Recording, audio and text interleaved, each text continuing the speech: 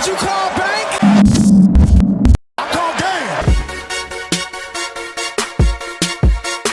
Video was made possible and sponsored by MMOCS. Buy cheap NBA 2K MT at MMOCS.com. Use my promo code PACG and you can get a 5% discount. What is up, Pack Nation? It is Pack here, and today I want to talk about free agents in the NBA. The NBA season starts really soon. Media Day started today. Kawhi Leonard is super excited, and I'm just excited as he is. But there's a couple NBA players that want to be just as excited as we are, but they can't because they're not in the league. So I want to talk about the 5 best free agents in NBA 2K19 and see which teams they should play for. Before this list starts, reminder that my 35,000 VC giveaway ends today, and if you want to win that, all you have to do is subscribe to this channel, follow me on Twitter, and then tweet at me done. Once you do that, I'll put you in a randomizer and you can win 35k VC for free, help you bump up your My Player. I'm gonna start at number 5 with Swaggy P, 74 overall in NBA 2K19. He played for the Golden State Warriors, and then they were like, listen man, we picked up DeMarcus, we don't need you anymore. So where does NBA champion Swaggy P go to? This is where I think, right? Because he's an amazing three-point shooter, a small forward. Which team could use that? And I was thinking LA, but not the LA that he came from, the Clippers. When you look at this team, when it comes to true small forward, they only have one in Danilo Gallinari. Everyone else is either a power forward or a shooting guard. And then you have Wesley Johnson, 70 overall, all the way down there. If they want a really good backup small forward that can help, assuming that Jimmy Butler's going to the Clippers, being traded for Tobias Harris, because that's what people are thinking, then you can put in Swaggy P here, some offense off the bench, get some really nice threes in. I think it would work out probably either with Montrezl Harrell or Luke Mbah-a-Moute or even Mike Scott. It would depend how well Swaggy P would play, and I think he would play really well. I think the Clippers is a good destination for him. He'd get minutes. It's LA. He loves LA. I think that would work out. Next up is Tony Allen, who was playing for the Pelicans last season, at least for a little bit, and was still one of the better perimeter defenders in the league. A shooting guard, he's getting older, 36 years old. Which team needs a defender? So this one at first was hard, and then they kind of just snapped him ahead, like it's obvious where he needs to go. Take him to the team that's gonna retire his jersey. Let him retire with his favorite team, the Grizzlies. That team of Mike Conley, Marc Gasol, and Tony Allen were amazing. Put him back in there. You'll have Jaren Jackson Jr., who I believe is gonna be a great rookie. And then you'll have like Kyle Anderson, who's not awful. And you'll have a pretty decent lineup. No, they're probably not going to make the playoffs. I mean, who knows, right? But they're probably not. But hey, you put him back in the team that he loves.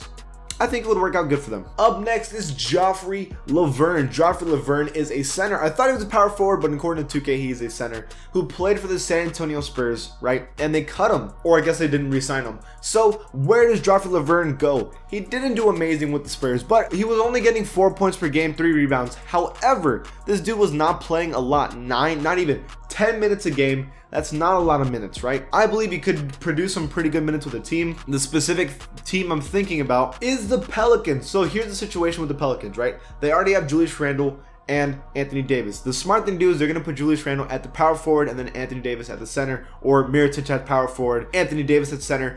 Anthony Davis is going to be the center of this team, probably. But if they for some reason decide, no, we'd rather have Drew Holiday and Elfrid Payton starting with like Mirotic at small forward or something, and then they put Anthony Davis at the power forward, they need a center. Look, their center is Jahlil Okafor, and we haven't seen him do very good. So you put in Joffrey Laverne, let him play some decent minutes. He wouldn't be awful. I think he'd actually help the team out, and you could keep Anthony Davis at the power forward where he likes to be. It would work out, I think. Up next is Joe Johnson, 75 overall.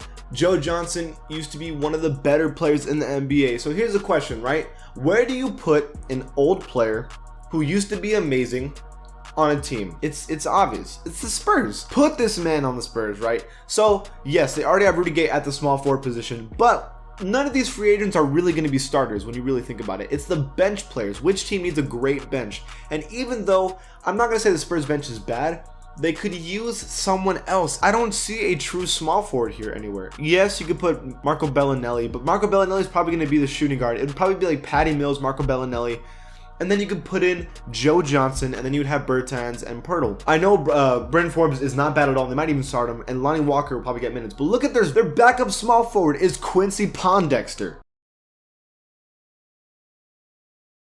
No, I think it's a smart thing to do to put Joe Johnson in there. That's what I think. And finally, the number one free agent according to NBA 2K19 is Jamal Crawford. I actually had kind of some trouble thinking, where does Jamal Crawford go?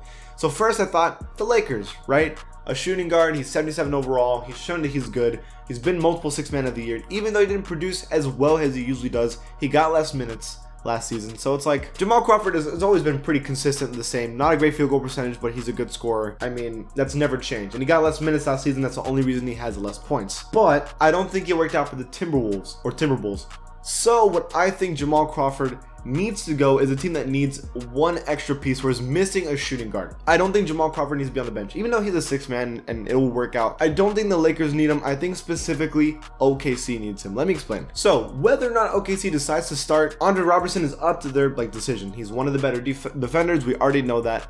That's fine, right? But their offense is lacking. Yes, Russell Westbrook, Paul George, Steven Adams, Dennis Schroeder, all good scorers. Like honestly, they all are. But I think that OKC is missing a bench scorer, a bench person that can come off the bench and just ball out. They don't really have that. You could say, well, Raymond Felton's not awful. Yeah, but they really don't have that bench player that's going to save you when you sub people in. I think Jamal Crawford could be that for this team, or even start and then you put Andre Robertson on the bench, which I don't think is the greatest idea. But do I think that they need Jamal Crawford on this team? Absolutely. Now, of course, Dennis Schroeder is a bench scorer. He's going to be on the bench, obviously. But they need help on the bench because that's the thing that this team is missing, a really good bench. And I think if you have Dennis Schroeder and Jamal Crawford on the bench, that's going to be great. And that is it for my list, guys. Did I miss anyone or do you disagree? Leave it in the comments below. If you like my channel, give it a sub. And I'll see you guys next time. Did you call bank?